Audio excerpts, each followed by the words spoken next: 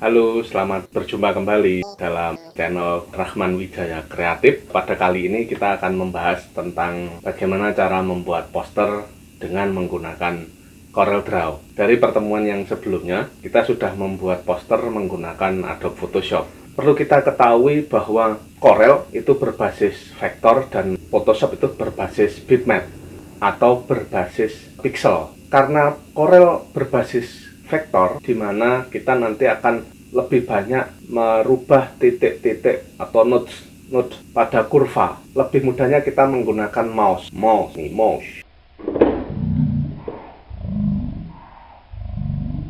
atau tetikus ya, mouse atau tetikus. Ada yang menggunakan kabel, ada pula yang tidak menggunakan kabel. Kebetulan saya miliki yang tidak ada kabel atau wireless. Karena dengan adanya mouse ini memudahkan kita dalam memposisikan node pada kurva. Baik, kita lanjutkan. Dari gambar tempat rekaman kita di tepi jalan raya, jadi banyak suara-suara mobil yang masuk atau sepeda motor. Nanti di depan akan saya kasih tulisan harap tenang karena ada rekaman gitu ya.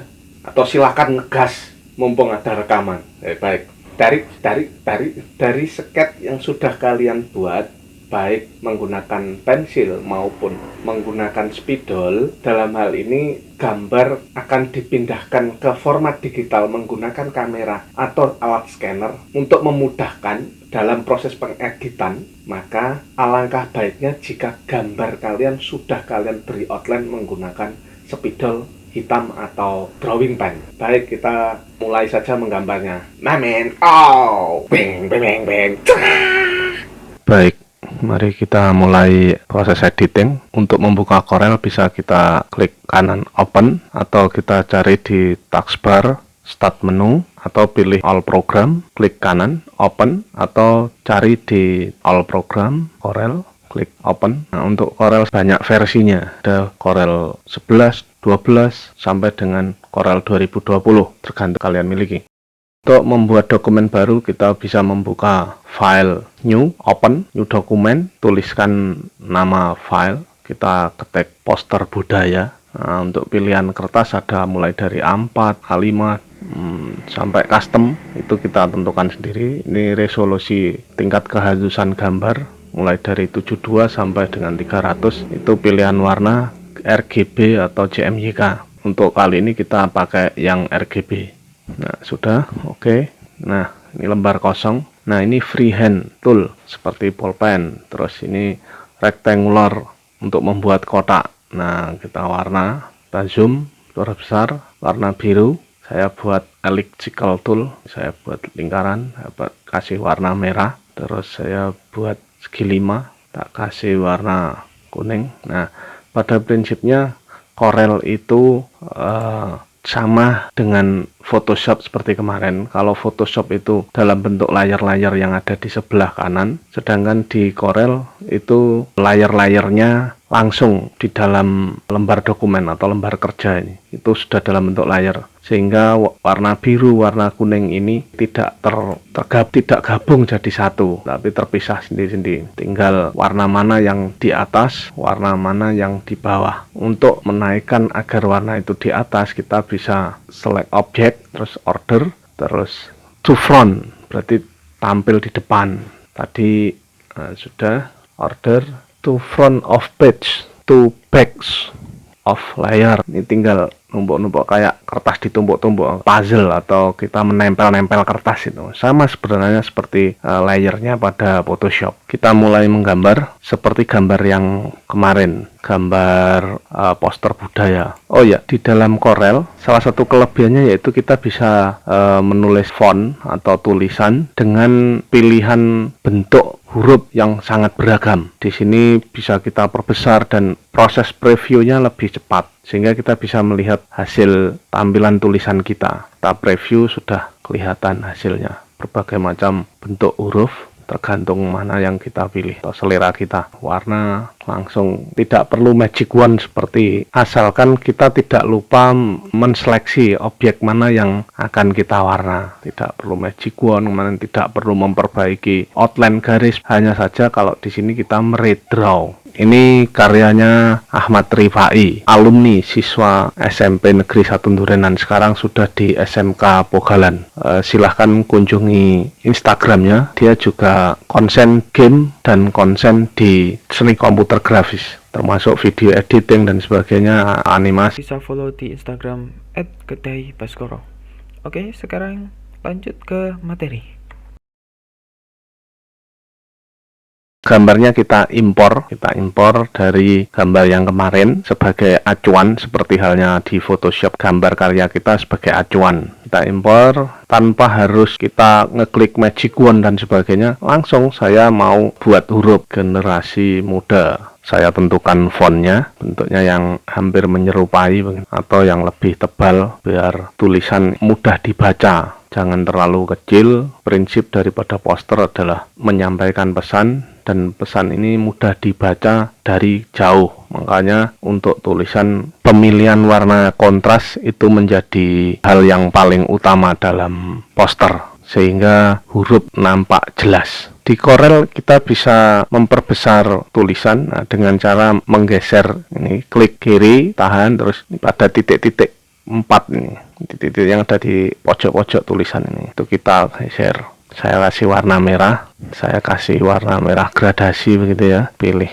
dari atas ke bawah gradasinya. Nah, warna merah dan kuning biar lebih menyala seperti api. Nah, untuk seberapa gradasinya atau warnanya apa saja ini tergantung selera ya. Silahkan, saya pakai warna merah dan kuning karena semangat menyala seperti api begitu. Saya kasih outline hitam ya, dengan cara klik kanan, masih ingat kan, klik kanan pada warna hitam. Tulisan yang di atas saya rasa sudah cukup, saya copy dengan cara klik edit, copy. Selanjutnya saya paste, lalu saya geser menggunakan pick tool ini atau move tool. Kita geser ke bawah, saya edit tulisannya, sesuaikan dengan tulisan acuannya yaitu Rajut Budaya. Selanjutnya saya ganti warnanya, saya ingin ganti warna biru begitu biar kontras dengan warna atasnya. Ternyata kurang menarik, saya kembalikan ke warna merah kuning. Di Corel itu kita membuat kurva dengan cara menulis dengan pensil ini atau freehand tool. Kita klik, tahan, geser, klik, tahan, geser, klik, geser, klik lagi sampai ketemu dengan titik-titik yang ada di ujung satu dengan titik ujung yang lain. Itu harus nyambung, temu. Karena jika tidak, maka kurva ini tidak bisa diwarna, dia hanya membentuk garis saja. Tapi kalau garis itu terhubung antara ujung dengan ujung, maka dia secara otomatis menjadi bidang, membedakan warna garis. Karena acuannya hitam, kurva saya garisnya saya kasih biru, mudah untuk membedakan. Selanjutnya saya kasih warna. Tak kasih ini aja dulu. Dimensinya ini, karena ini bambu runcing, maka saya buat sekesan bambu runcingnya ada lubangnya. Nah, notes ini, note titik-titik ini kita perbaiki bentuknya dengan ini ada panah untuk kontrol. Saya rasa sudah cukup. Terus warnanya saya gandakan. Setiap bentuk di sini harus dibuat kurva yang berbeda. Artinya begini, dengan warna yang berbeda itu kurvanya juga berbeda. Kurva sendiri, warna sendiri, kurva sendiri, warna sendiri. Kalau di Photoshop kemarin kan layer sendiri. Karena ini kita layernya jadi satu di lembar kerja, maka kita nggak perlu cari-cari layer, hanya saja kita harus membuat kurva sendiri. Nah, ini yang dimaksud dengan redraw, menggambar ulang. Kalau di Photoshop kemarin itu kita mewarna, karena kita menggambar kartun, itu cenderung ke vektor. Hal yang perlu diingat adalah kita harus memahami dari mana arah datangnya cahaya dan di mana jatuhnya bayangan, sehingga gelap terang atau gradasi ini lebih nampak nyata. Contoh, tongkat yang atas terang, yang bawah gelap. Nah, untuk membuat dan gelapnya kita menggunakan kurva sendiri yang agak acak-acak begini. Terus kita klik, tahan, terus tekan shift, terus klik pada objek yang lainnya, terus kan intersect sehingga menghasilkan kurva baru atau perpotongan kurva. Untuk pemberian efek ini gelap terang, kita harus memahami dari mana arah datangnya cahaya dan dari mana arah jatuhnya bayangan atau bagian yang gelap, sehingga gambar itu nanti lebih terkesan nyata atau realistis. Artinya walaupun kita menggambar menggunakan teknologi, tetapi kepekaan terhadap fenomena alam itu menjadi hal utama. Kepekaan itu tidak bisa diperoleh dari teknologi, itu hanya menggunakan feeling atau perasaan. Itu perlu diasah. Seperti halnya kita skate, itu kita harus feeling, perasaan. Sama ini menggambar menggunakan komputer pun juga tetap menggunakan feeling, perasaan. Oke, lanjut.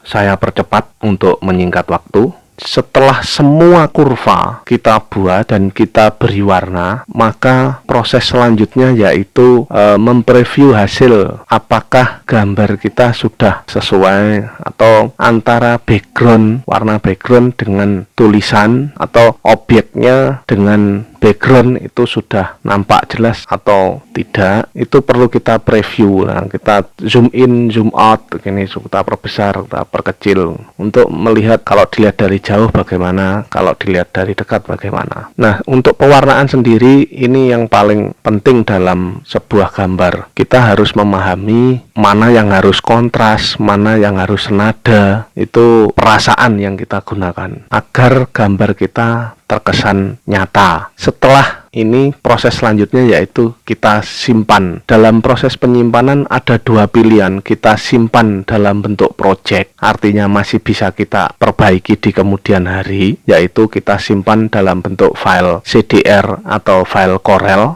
yaitu kita klik file, save atau save as bila sudah pernah disimpan, file, save, pilih save versionnya, ketik nama filenya ini, bila sudah ada berarti kita tinggal save as atau save.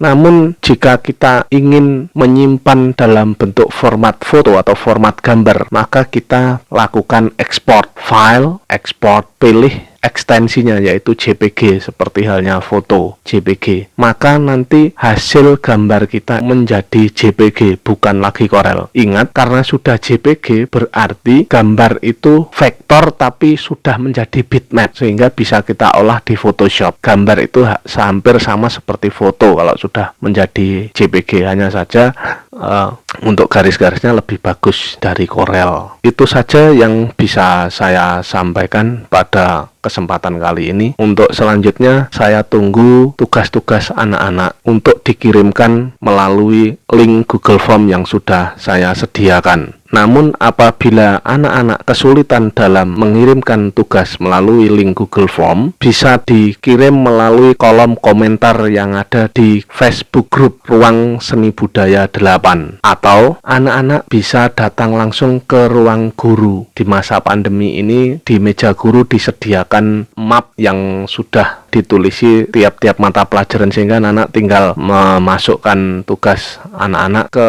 map yang ada di ruang guru, sehingga semua tugas anak-anak bisa terkumpul secara lengkap. Tidak ada siswa yang beralasan saya tidak bisa mengumpulkan melalui link Pak, karena datang ke sekolah pun tetap dilayani. Atau jika anak-anak berkenan bisa datang langsung ke rumah saya untuk mengumpulkan tugas. Pintu saya selalu terbuka untuk kalian. Jika ada hal-hal yang tidak dipahami, baik tentang menggambar secara manual maupun secara digital, anak-anak bisa bertanya secara langsung melalui Facebook Group Ruang Seni Budaya 8, atau bisa datang langsung ke rumah. Terima kasih, sampai jumpa di lain kesempatan. Ingat, jaga kesehatan, cuci tangan setiap melakukan aktivitas, dan pakailah hand sanitizer jika diperlukan. Selalu menggunakan masker bila di luar ruangan. Jaga kondisi kalian. Sampai jumpa di lain waktu. Salam budaya.